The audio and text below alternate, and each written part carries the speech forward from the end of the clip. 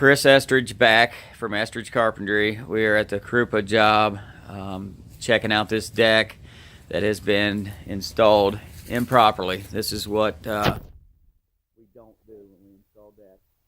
You can see all the shimming that's been going on with the fascia.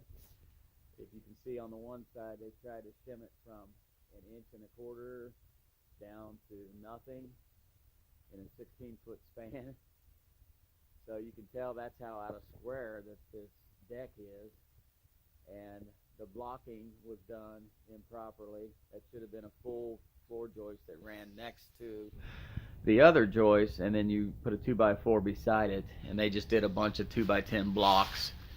So that's done improperly. The way that they attached the LVL to the top of the post, they did an actual post mount that goes on the bottom of the post. They put it on the top of the post, put a shim in there, and then put the LVL on top of that. I don't know how that got by. They've done that in 3 locations. So basically this whole deck is toast. Everything that has been done is going to have to be redone. They've got, again, the fascia on the front. They go from being tight against the LBL. We've got 12 feet away. We start the shims and we grow majorly.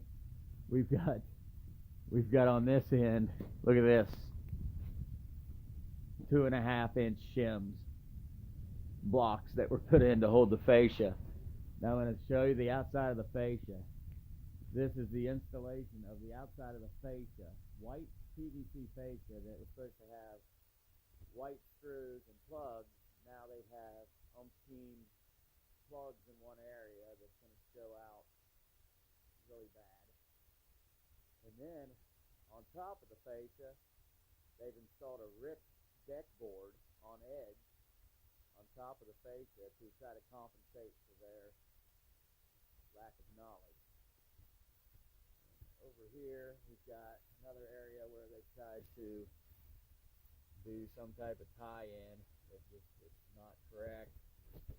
And then I'm going to go under here where the inadequate blocking. There's nothing in that corner holding the edges of these boards. There's more shims. It looks like the floor joists the hangers were installed before the floor joist.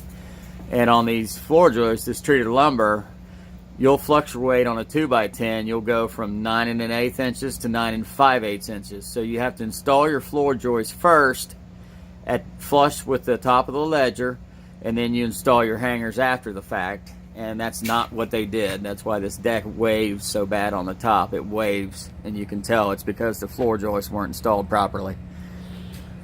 Again, over here you've got another area where they've tried to do some type of blocking that is not what needed to be done. It's not holding anything that it needed to hold. You've got your edge of your board with no supports right here. They've tried to throw a block in up there. You can see the daylight coming through. You can see the gaps that are in these edges that shouldn't be there.